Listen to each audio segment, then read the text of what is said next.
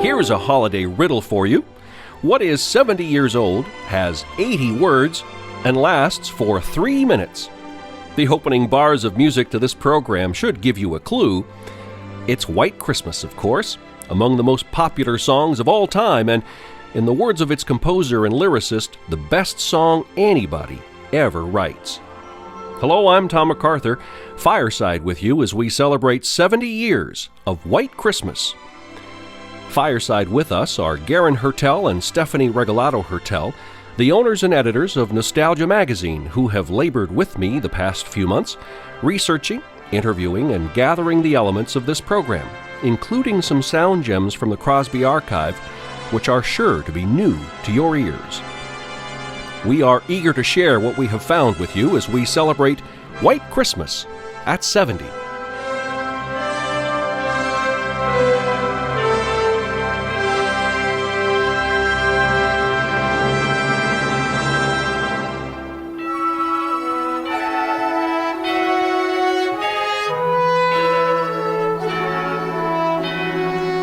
White Christmas is made popular by the man who sings it first, Harry Lillis Crosby. The world comes to know the most recorded human voice in history as Bing Crosby, the singer of White Christmas. We take particular pride in honoring Bing Crosby here in Spokane, Washington, because Spokane is his hometown, and he always talked about Spokane as home. A lot of nostalgia surrounds that idea, home, and this song, White Christmas. Stephanie, let me begin with you. Help us understand the word nostalgia. Well, I have the great fortune of speaking with different people throughout the day, and what I've learned most is that nostalgia means something different for everyone.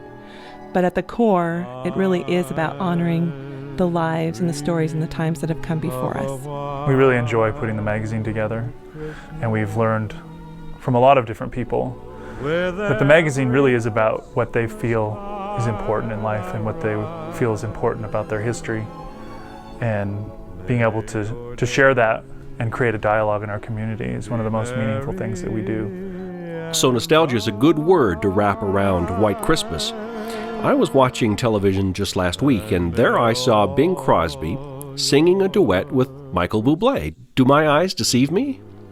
Not at all. They used modern technology and video editing techniques to put Bublé on stage with Bing Crosby. And when you watch it, you really do get a sense that they're on stage at the same time. We know that Mr. Crosby's part of that was recorded from his Christmas special in 1971. Mr. Crosby dies in 1977, and Mr. Bublé is only 2 years old at the time, so he must have had this aspiration for the rest of his life from this image of his past, this voice from his past that somehow still connected with him. The special comes about by Bublé's inspiration from his own nostalgic feelings, growing up, listening to White Christmas on his parents' record player, and apparently was incredibly fond of Bing throughout his entire life. So here's the famous duet. Bing Crosby, Michael Bublé singing together, White Christmas. About 25 years ago, Mr. Irving Berlin strung together a touch of words and music that have become sort of a special sound of Christmas to a lot of people. Now, if I may... Excuse me. I'm sorry, Mr. Crosby. Yeah? I don't want to interrupt one of my heroes, but I was just wondering if maybe we could sing White Christmas together. Nope. I didn't expect that answer. Okay, as you were saying. As I was saying, Mr. Berlin wrote this song 25 years ago. It's one of my favorite Christmas songs, and I was just talking about it. Not a chance. Seems to be an excess of zeal here this evening. I applaud zeal, but after all, there are... See, Mr. Crosby, this is my Christmas special. And forget it. I promised my mom that I would be singing with you, and I have the technology, but I will let you go first.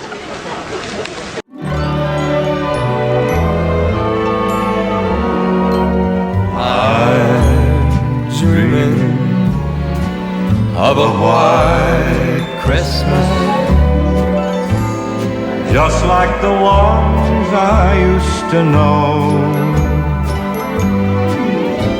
where the treetops glisten and children listen to hear sleigh bells in the snow. I'm dreaming of a white Christmas, with every Christmas card I write. May your days be merry and bright, and may all your Christmases be white. Bing Crosby and Michael Bublé singing White Christmas together from 2012. Going back into the archive, we see that Bing sings White Christmas with many folks over the years. His favorite is one that he records in 1953, himself and Ella Fitzgerald, on Bing's General Electric radio show. Robert Bader manages the Crosby estate today and was the one who discovered this gem in the archive. I asked him about the song from his office in Los Angeles. Well, the first thing I'll say about it is I absolutely treasure it. It's one of my favorite recordings in the Crosby archive. The truth is, he was recording material for his radio shows in a studio just as if they were record sessions, and they were editing those radio shows together from, production masters, because he wanted to be able to do a whole bunch of them at once and not have to keep going on now and doing radio shows live. So they became a studio production company of radio, first people to do that. And Ella would come in to do a session and record a bunch of songs that they would maybe use over 3 or 4 shows. And the same with all the other guest stars and with Bing solos. And they saved all of these tapes, these session recordings, and some of these master tapes would yield things that would eventually be released as commercial records on Decca. Some of them would go into the radio shows. Some of them might even be a track that would be used on a television show. So there are literally hundreds of these session tapes in Bing's archive, and we've been preserving and restoring them for the last 4 or 5 years, and the sound quality on them is quite remarkable. And that recording of White Christmas with Ella is just one of the many, many gems in there, and you just keep finding them. They're wonderful. Here are 2 of the best voices of the 20th century, performing the most popular song of all time. Bing Crosby, Ella Fitzgerald, White Christmas, 1953. I'm dreaming of a white Christmas, just like the ones I used to know, where the treetops glisten and children listen to hear sleigh bells in the snow.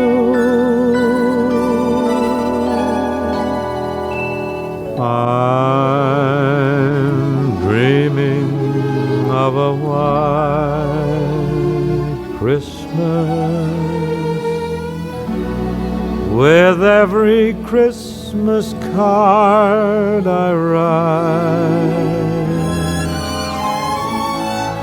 May your days be merry and bright,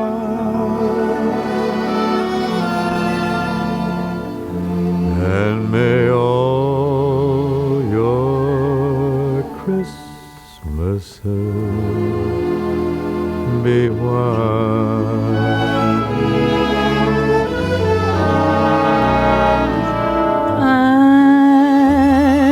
I'm dreaming of a white Christmas, just like the ones I used to know, where the treetops glisten and children listen to hear sleigh bells in the snow. I'm dreaming of a white Christmas, with every Christmas card I write. May your days be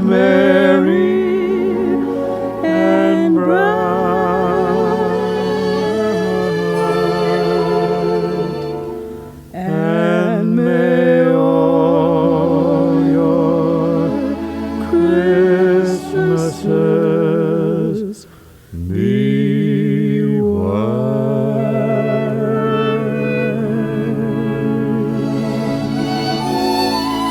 Bing Crosby and Ella Fitzgerald singing White Christmas for Bing's General Electric radio show in 1953, a song that was never released as a single record and never heard for the remainder of the 20th century. We'll explore this song in the context of history after this. Home is where you grew up, where you go on birthdays and take the kids to see Grandma. And perhaps home is a place you worry about your parents being when you're not there. Something you should talk about sooner than later.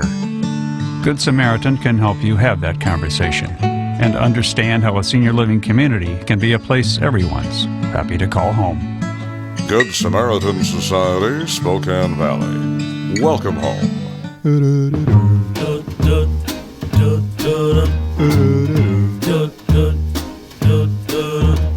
I'm dreaming of a white Christmas, just like the ones I used to know. There's the Drifters singing White Christmas from 1954, their first big hit. That song received a resurgence in popularity when it was featured in the motion picture, Home Alone. We'll continue our look at White Christmas at 70 now with the first mention of the versions of this song that have been recorded over the years. Stephanie from Nostalgia Magazine rejoins us. Stephanie, you and I looked at the list of versions done over the years, and there are really too many to count. Oh, they really are, Tom. I think we discovered well over 500 in the U.S. alone, and that includes anyone from Elvis to Barbra Streisand and Lady Gaga and Taylor Swift. It's been translated into just about every language around the globe. I think there are just too many to count. Well, Stephanie, we know that the count begins at number 1, and the first time that Bing Crosby records White Christmas as a single record is in 1942 for the motion picture Holiday Inn. But the first ever public performance that Bing Crosby gives the song is for his Kraft Music Hall, Christmas Day, 1941. The occasion is 2 weeks after Pearl Harbor. Bing Crosby believes the song needs to be heard then. This is that recording. On a shellac transcription, when a microphone was placed in front of the radio, Christmas Day, 1941, the first ever public performance of White Christmas.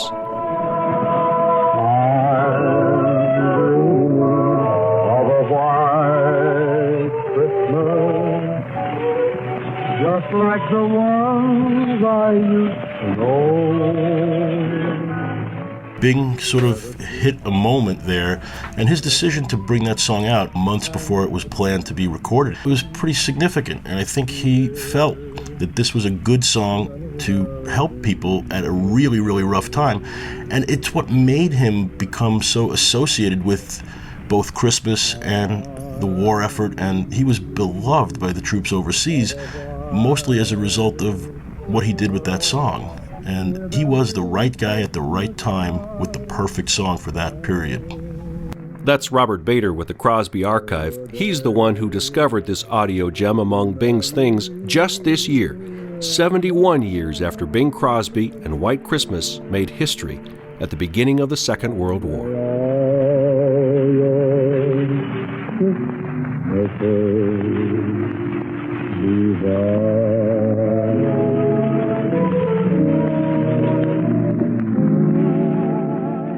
Bill Stimson is a Spokane-based historian and author.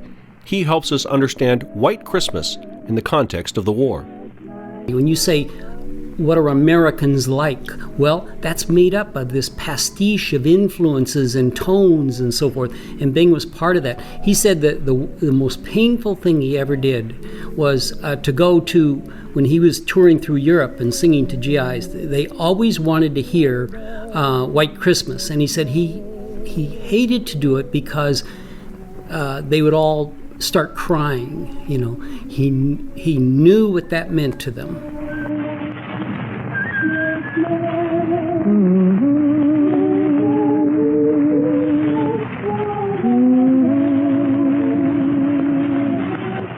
May your day be merry.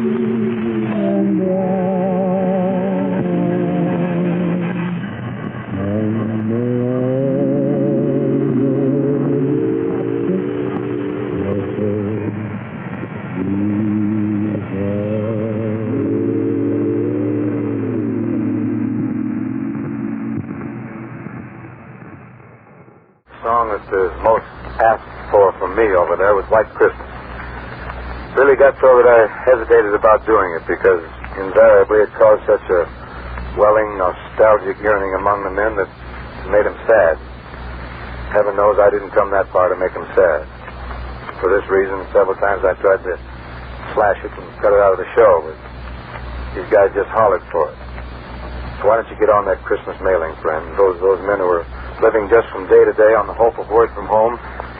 But you can't know, and yet you must know how they're dreaming of a white Christmas, just like the one they used to know. It's a very sad day when you're away from home because the military is trying to do everything they can to make it seem like home, but they can't. I mean, they bring out the turkey and it's not like Mama's cooking. And they bring out the biscuits, not like Mama's biscuits she makes. So, and we have USO shows back in the 50s, but that wasn't like being home. So it's a very sad feeling, and it appeared to me it was the longest day of the year, Christmas Eve and Christmas Day. Tom Williams joined the Army at the age of 15. He spent Christmas overseas on more than one occasion, fighting the Vietnam and Korean Wars. Sergeant Major Williams knows what it's like to hear White Christmas when you're far from home. For all veterans, all soldiers that come home, that's one thing you look for all year long if you're going to leave for Christmas, is to go home and see the family, see the friends, and spend a few minutes time with your family. White Christmas means to me that it's joyful, it's a different scenery, and I think it brings people together. Christmas cards and sleigh bells are not as common as they used to be, but there's still something in those images that bring us home. Images of treetops and children can bring us home too, as they have done for 70 years. Leslie Ann Grove is a local musician who gets requests to play White Christmas every year at this time. It is not someone else's song or someone else's time. Family and home, the Christmases we used to know, resonate with people still. And when you live in the Pacific Northwest, there's nothing like walking out the door on Christmas morning and seeing the sun out and 6 inches of new snow. It covers the trees and they do glisten. And it's so beautiful and it's so quiet and so peaceful. So peaceful. And it just feels, even if it's only a brief moment, just feels like everything is okay and your feet are flat on the ground and you know what life is about and you're happy for right then and there. I think that it was really, really important for people to hear a song like that. And of course there's the nostalgia part, just like the ones I used to know. That line has made that song popular in all of the years since, through all of the trauma we in our country and we in our society have been through, we in our world have been through in that time. It is a statement of solidity and comfort and home. It's a lot about being home. And the wish is really that all of us can be home. Wherever that might be. Exactly. I'm dreaming of a white Christmas with every Christmas card I write. May your days be merry and bright, and may all of your Christmases be white.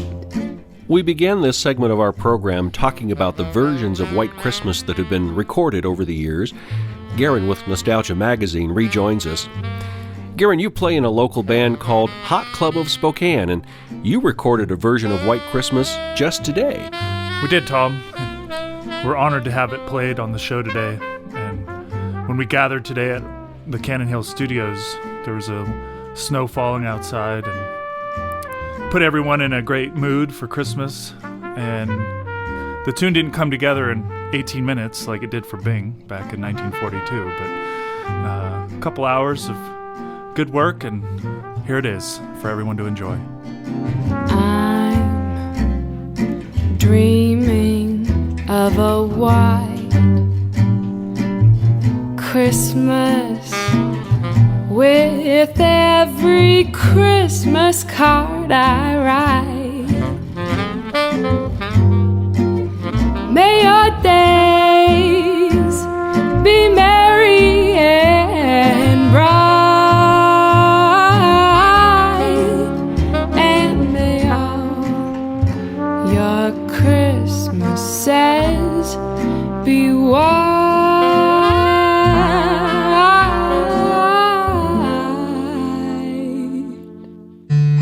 Home is where you grew up, where you go on birthdays and take the kids to see Grandma. And perhaps home is a place you worry about your parents being when you're not there.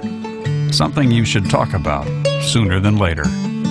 Good Samaritan can help you have that conversation and understand how a senior living community can be a place everyone's happy to call home. Good Samaritan Society, Spokane Valley. Welcome home. Bing rarely commented on White Christmas. He would usually just sing the song.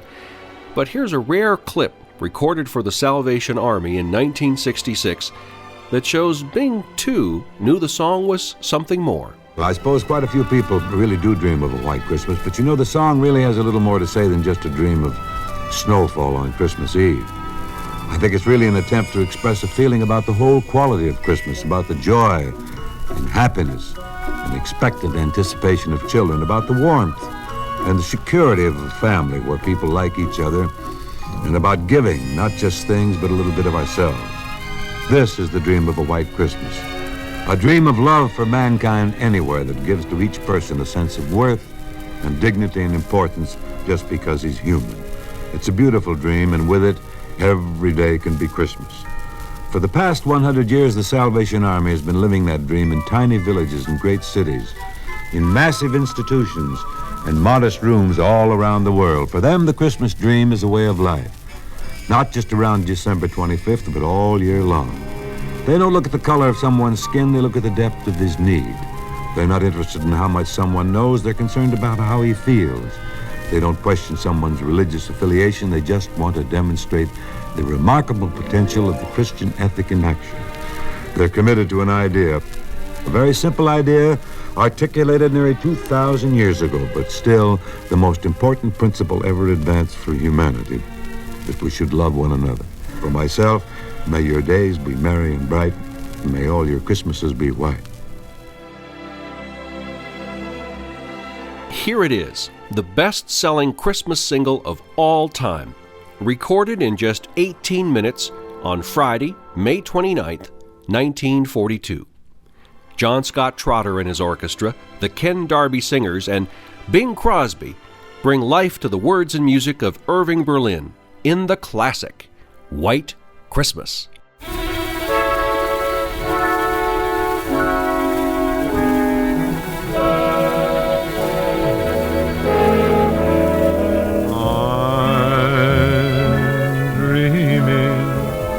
A white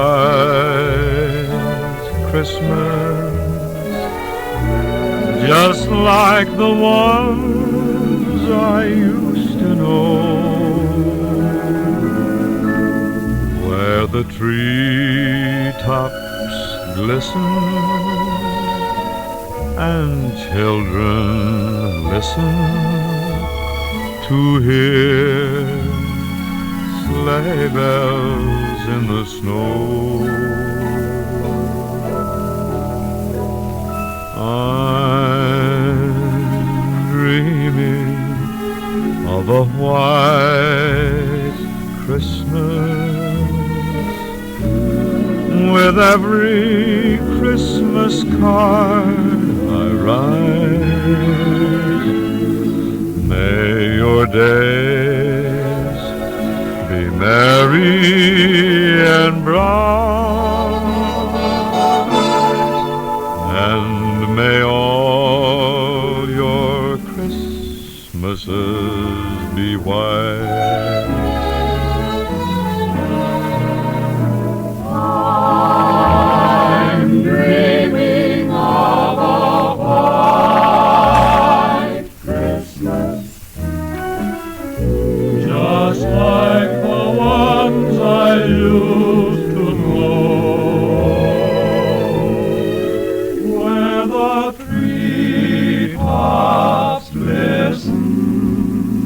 children listen to hear those sleigh bells in the snow.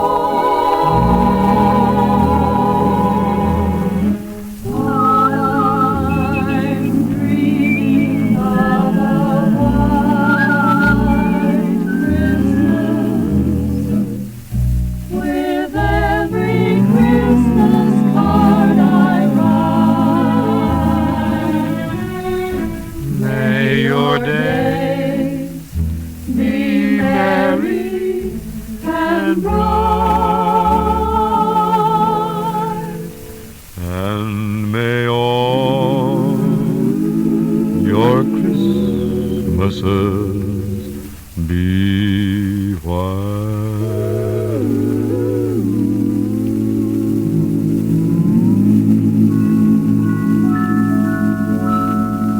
You've been enjoying White Christmas at 70, a special production made possible by our broadcast partner, KTRW-AM630, Spokane's old-time radio station, online at KTRW.com. Our content partner, Nostalgia Magazine, online at nostalgiamagazine.net. And our sponsor, the Good Samaritan Society of Spokane, online at good-sam.com.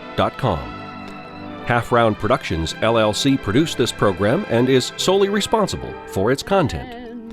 With my co-hosts, Garen and Stephanie Hertel, this is Tom MacArthur, quoting the lyrics of Irving Berlin as a holiday blessing for you.